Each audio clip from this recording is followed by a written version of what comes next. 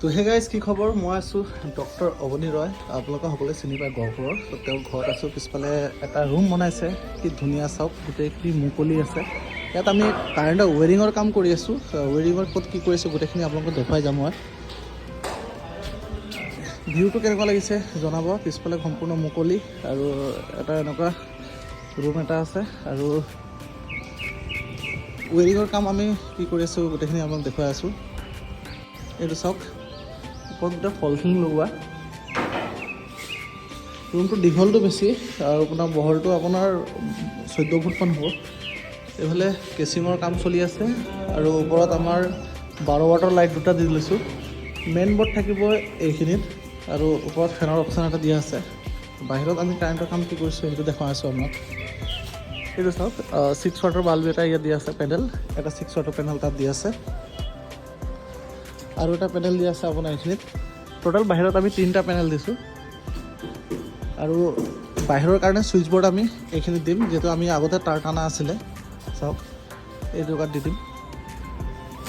আৰু এইটো extension connection হোৱাৰ কাৰণে আমি সেই তাৰ পৰা কেচিং মাৰিবলগীয়া হৈ আছে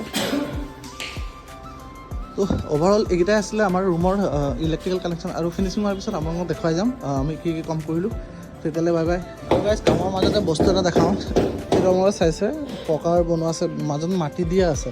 মই কথাটো ভাবি আছিলোঁ যে কিয় বনাইছে বুলি বাইদেউক যেতিয়া সুধিলোঁ তেতিয়াই গম পাইছোঁ ইয়াত ধুনীয়া ফুল ৰুব চাওক একেবাৰে সিটো ছাইডৰ পৰা সেই তালৈকে বনোৱা আছে আৰু ভিতৰতো বনোৱা আছে চাওক এইকেইটা চাইছে এইকেইটা বেছি ইউনিক লাগিলে আৰু গাইজ ৰ'দৰ মাজত কমলা খোৱাৰ সোৱাদে বেলেগ কি ধুনীয়া কমলা চাওক এইফালে কাম চলি আছে এইফালে মই মিহি মিহিকৈ কমলা খাই আছোঁ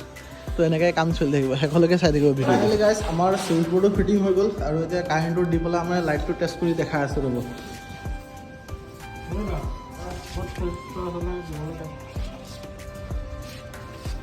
ছুইচ বৰ্ডটো কেনেকুৱা লাগিছে কমেণ্ট কৰি জনাব ৰিঅ'ৰ হয় ৰিঅ' মডেল ট্ৰেভেলছৰ A few moments later.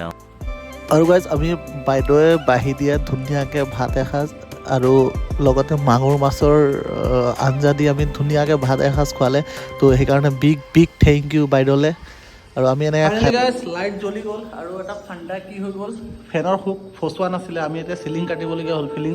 একদম ফিনিচিং মাৰা চিলিংটোহে কাটিবলগীয়া হ'ল টুকুৰা আছে আপোনাৰ যিটো চিলিং কাটিছে এইটো তাৰ টুকুৰা হয় আৰু